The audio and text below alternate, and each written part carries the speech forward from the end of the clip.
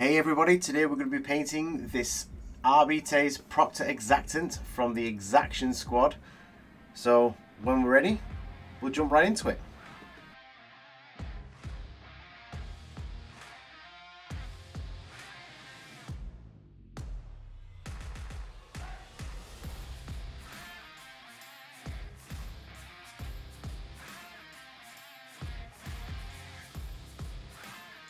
Okay, so what I've started with is a basic undercoat of black, and it's quite shiny because I used Molotov black.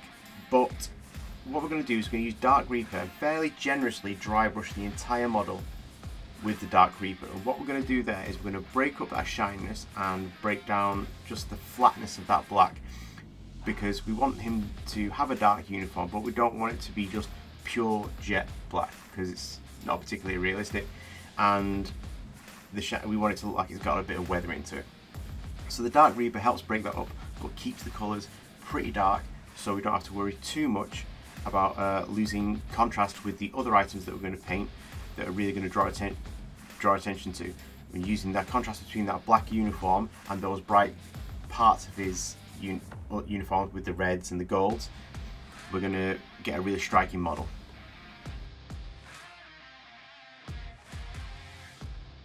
Okay, so you've noticed he was missing an arm and his head, but the reason we're doing that is I want to get some of the details behind the shield, because when I do squads I paint everything to a good standard, but I also like to put just a little bit of extra love into any squad leaders that there are, just so they stand out a bit.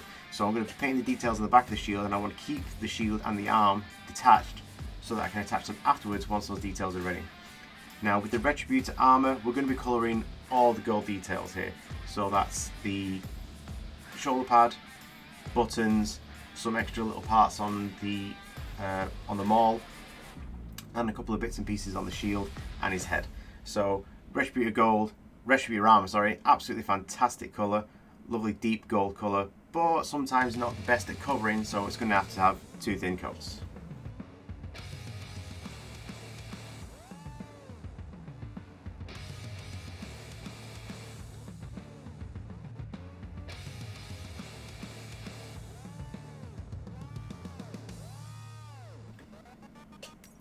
Okay, switching to a slightly smaller brush now, being super careful on these tiny details, because we don't want to go and have to retouch that armour and those underlying clothes, because that'd be a bit of a pain.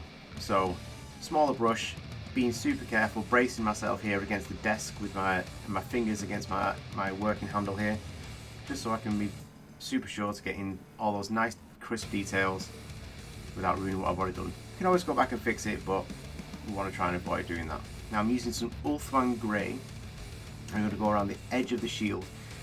I just want to be able to brighten this up because I'm going to paint it yellow so we can work towards some hazard stripes. But with the Ulthuan Grey, I feel like it's better than just using pure white. It gives the colours a bit more character, and because it's quite thin, normally you would have to have 2 or 3 coats to get it bright. But I'm not going to do a full 2 or 3 coats. I'm just going to get it to where I want with a nice brightness, but still with some variation in the colour. So when I come over this with the yellow, it's not just one striking, bright, luminous, sun-glowing yellow. Double brown for all of the leather items, the little straps and holsters. There's quite a few of these, so make sure you get all of them, all the little straps on the legs. And I like this double brown, nice bright orange, got a sort of classiness to the leather feel there, rather than just being super worn. I feel like these extra elite purveyors of the Emperor's word would have spent a bit of money on some more expensive leather.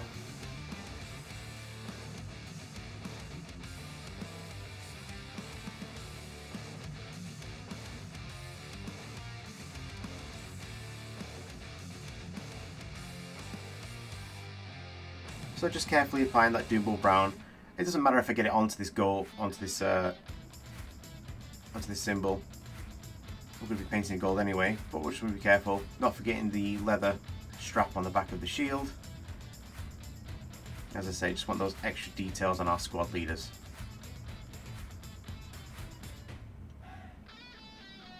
Okay, with the Ulthuan Grey now dry, I'm coming over with Avalon Sunset. I've used flash kits before for this, but I feel like the Avalon Sunset has just a slight orangeness to it, if you will, like a bit more depth, and that way it looks a bit more like an actual hazard stripe to me, rather than just a bright yellow next to a bright black or a deep black. Bright black? We don't make bright black.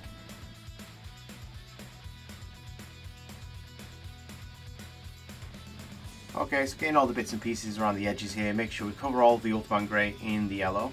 Doesn't matter if we go over the back of the shield, we're going to tidy that up anyway with some black later, and we're going to do some weathering on the shield once we've applied the decals. Just being as careful as we can here.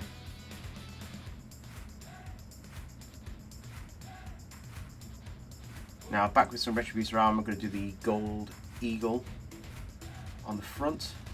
Again, being super careful not to spill over because it's going to be difficult to fix. Not impossible, but just a step we probably want to save ourselves.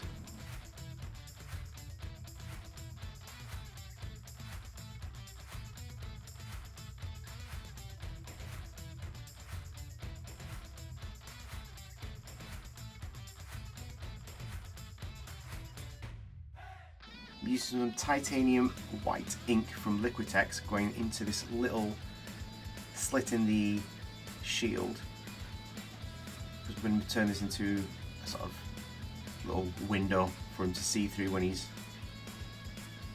handing out the word of the Emperor, protecting himself from the Xenos scum. But we're going to be carefully getting in there using the ink because it's a bit thinner, so it'll run into the edges a bit more, and it's going to need 2 or 3 coats to get a nice bright white finish on here. We're going to cover this with some Frostheart blue, using that contrast paint so it gets into all the nooks and crannies, carefully applying it to all of the white so we get a good blue colour without too much glow, and just so it looks like a piece of perspex, piece of glass in the middle of that shield.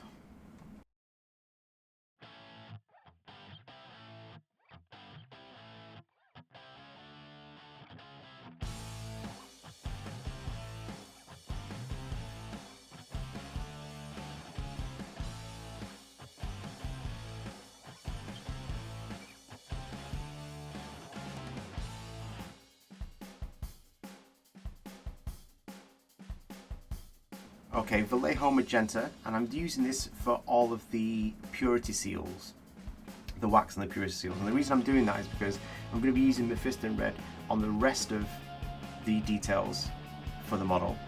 And what I want to do is sort of differentiate the two without going too crazy. And I feel like this nice deep magenta does a good job of that. So getting the purity seals on him as well as on the shield, it's a good colour and draws attention to those seals.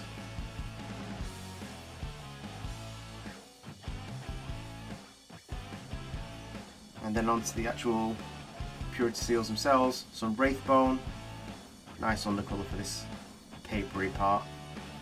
It's going to need 2 coats because it's a nice bright clean colour over that horrible deep black, but keep the paint nice and watered down, not too thin, get some good even coats.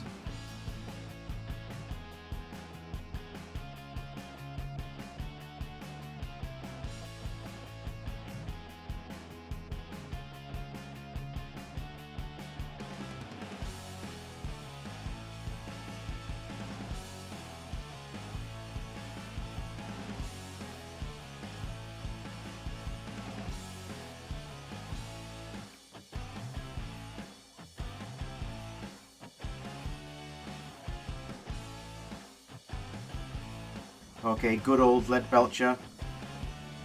We're going to paint all the metallic parts of the weapons, the handcuffs and all of that. And then when that's finished, what you can see me doing here is just applying lovely Nuln Oil all over those lead belcher parts, just to give them some depth, get into those nooks and crannies. We're going to come back and fix this later with some Necron compound when we give it some highlights and give some wearing on the entire model. But like I say, lovely lead belcher, lovely Nuln Oil, nice quick metal effects.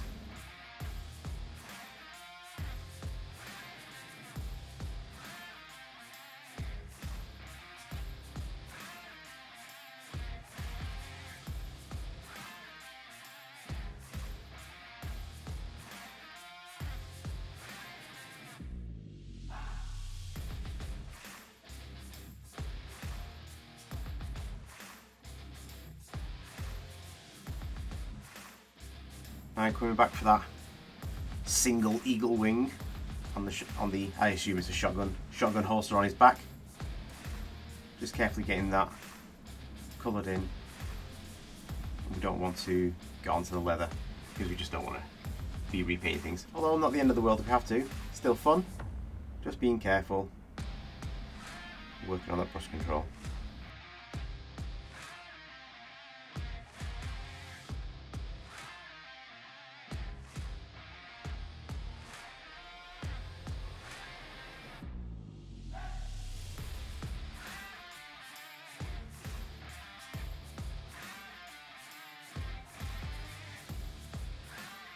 Okay, some titanium white ink, and we're going to be colouring all of these electrode parts of them all, because we're going to go again, very similar to the visor. Nice bright white, just to get some really good contrast with the actual metal of them all on all of these, all these raised areas. Then we'll go back in on top of some of that just to add some depth and interest to the weapon.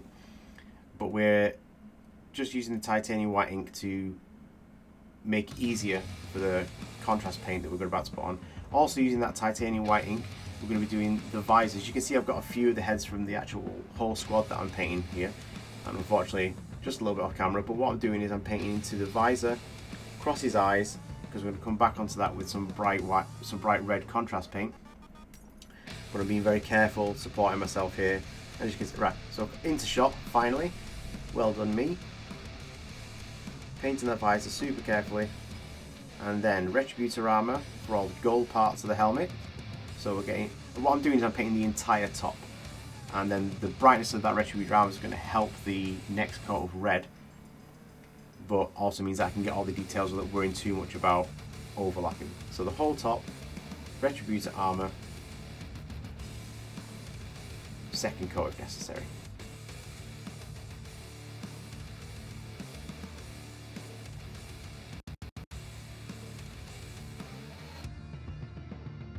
Okay, so as I said, Bile Red is going to go into all of these visors, but I'll show you on the Exactant himself. Very carefully into that little visor, just using the lovely flow properties of the contrast paint to make sure it gets into those nooks and crannies without having to make too many big strokes and overlap what I've already done.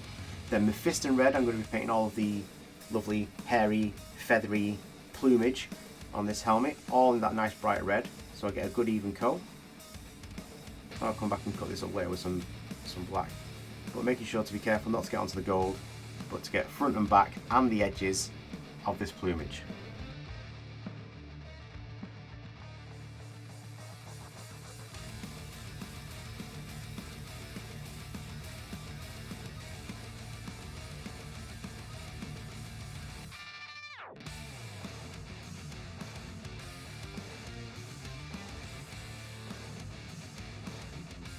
Now that titanium white's dry, I'm using Frostheart Blue, and again using the lovely contrast paint properties of letting it flow into those nooks and crannies itself without having to make too many big brush strokes. Get a nice even coat and let the contrast paint gather up in those recesses so we get a slightly deeper blue there. Lovely.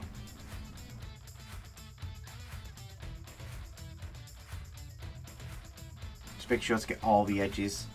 Otherwise we're going to have bright white bits we don't want standing out too much, because that's a little bit too much contrast for this area. And then once we're all done with that, make sure we get all the edges, all those deep bits. Going back with some Vallejo black into sections of this plumage so it's all broken up, just like the box art. Making sure to make sure that the front and back match, because obviously they wouldn't be different, because they'd be, I don't think that's how the headrest will be put together. So we're making sure we paint one side first, then paint the edges so we get a nice line between front and back, and then they match up. Vallejo pale flesh for all the flesh areas on these. There's not much, it's just the small mouth pieces, but we use the pale flesh because that bright pale flesh colour is a really good contrast to the black of the armour, so it draws a lot of attention to the face. And then we come in and wash this later, because it's so pale we won't have to do too much work in bringing back those highlights on the face. Okay, now lead belcher again, once this frost art's completely dry, and we're very, very carefully just going to paint back in these little nodes on top. So what it looks like now is they've got this electronic patch behind, like electronic impact area, but the metal on itself helps make that contact. I love thinking about weapons this way. How would I make this the most torturous item for the battlefield?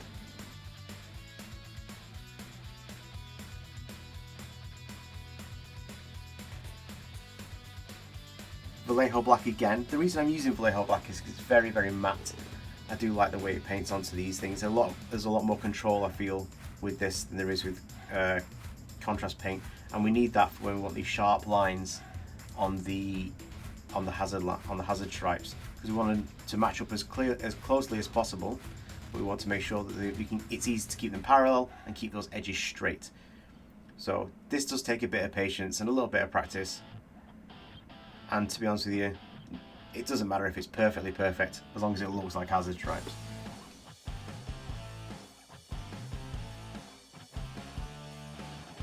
Just retouching these purity seals and any ones that I missed with Wraithbone. As you can see as well, I've used that Bile Red, that titanium white and then Bile Red on the little light on his chest, and I've gone back in and touched up some of the details on his shoulder pad with the Doombo Brown, because I missed a little bit of his strap. There we go. Okay, XV88, I'm using this to add some, I've not got a very loaded brush here, I'm using it to put some very light lines onto the leather. I'm not a big fan of edge highlighting, I really don't think it looks all that great. So I'm stippling on some lines to give the leather some texture, and I use my finger to draw back some of the excess paint. So it's very subtle, it gets a little highlight, there's some shape to the leather and those pouches, but I don't want there to be too much contrast and draw that attention away from his face, the plumage and his weapon. In the Retributor armor now, I'm giving the gold areas a dry brush, because what I've done is I've actually washed them in Agrak's Earthshade. It's quite a heavy wash, and I've come back with some Retributor armor just to bring back some of the shape and the raised areas.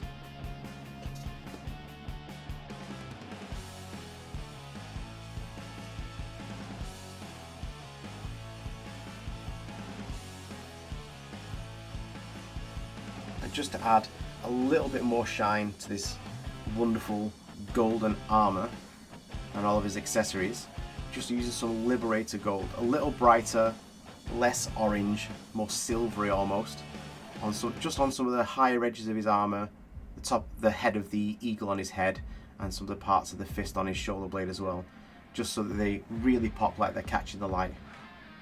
That bright and polished armor. So as you can see, just getting into the wings, because it's on his head, it's a little higher up, so it's going to catch a little bit more light, and it just helps keeping the contrast, the higher levels of contrast, and up around the face area, because that's where we want the focus of the model.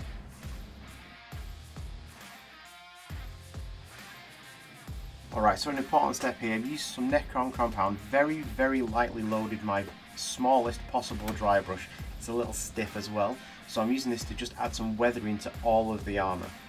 It brings all of that black together, makes it seem look like he's had a little bit of time in battle, and takes away some of the shine from the armour as well, but replaces it with a silver shine, which I think is a little bit better for him. I forgot about the eagle on his forehead, so I'm just fixing that with some Retributor armour.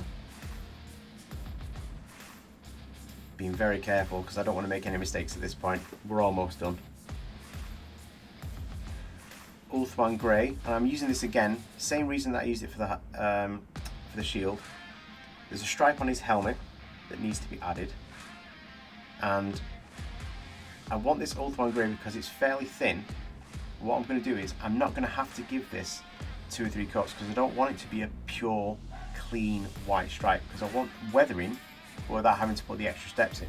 So by using this water down, it makes it look like some areas of this helmet stripe have worn away already. Now, Vallejo Black, I'm using this with a tiny sponge after I've applied these decals, and I'm going over the decals with this tiny stippling effect, because what it does is it just takes away that shine, ties it in with the rest of the model. I'm just going to go for a really basic base of Astro Granite. I'm not even going to wash this or dry brush it. I'm just being very careful not to get any on the model where we don't want it, so especially that shield. Doesn't matter if it touches his feet a little bit, but we want to try to avoid that shield. And then make sure we get into all the bits and pieces under his legs and behind the shield itself. And then Black Legion just to edge the model, and we're finished. Okay, and there he is, ready to bring the goodness of the Emperor's word to the filthy Xeno scum and lead the Exaction squad in all their merry missions. Don't forget to like and subscribe, and I'll see you in the next one.